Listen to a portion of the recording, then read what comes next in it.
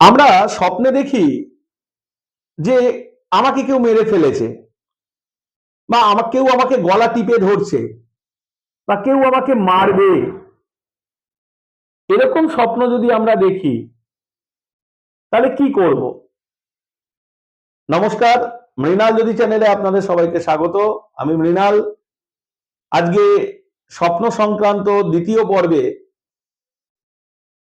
আমরা আগে আলোচনা করেছিলাম বা শনি মঙ্গলবার যদি কোনো বাজে স্বপ্ন দেখেন তাহলে কি করবেন। কিন্তু শনি মঙ্গলবার ছাড়াও অনেকে স্বপ্ন দেখে এবং সেই ক্ষেত্রে এরকম কিছু কিছু বিষয়বস্তু তারা দেখতে পারে এবং দেখে তারা আটকে ওঠে। এবং শনি মঙ্গলবার অবশ্যই একটা নেগেটিভ এনার্জি রাতের দিকে কাজ করে, কিন্তু অন্যান্য দিনগুলোতে রাতের দিকে যদি আপনি এই স্বপ্ন দেখে থাকেন তাহলে অবশ্যই জানবেন যে ঘরে বা আপনার ওপর বা আপনার শারীরিক জায়গায়, রোগ ব্যাধি বিষয়গত জায়গায় কিছু না কিছু সমস্যা হতে চলেছে।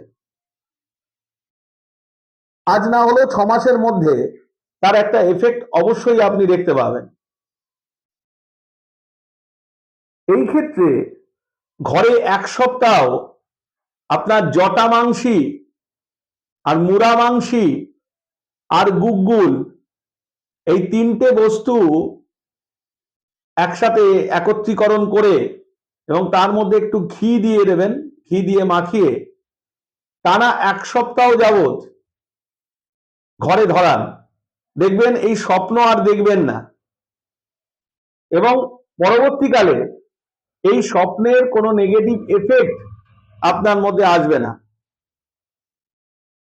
আর আরেকটা কাজ করবেন যে মহাদেবের পুজো করবেন এবং অবশ্যই মহাদেবকে যখন জল দেবেন তখন ওই জলের মধ্যে যদি সম্ভব হয় একটা নীলকণ্ঠ ফুল ফেলে দেবেন এবং সেই জল দিয়ে মহাদেবকে স্নান করাবেন।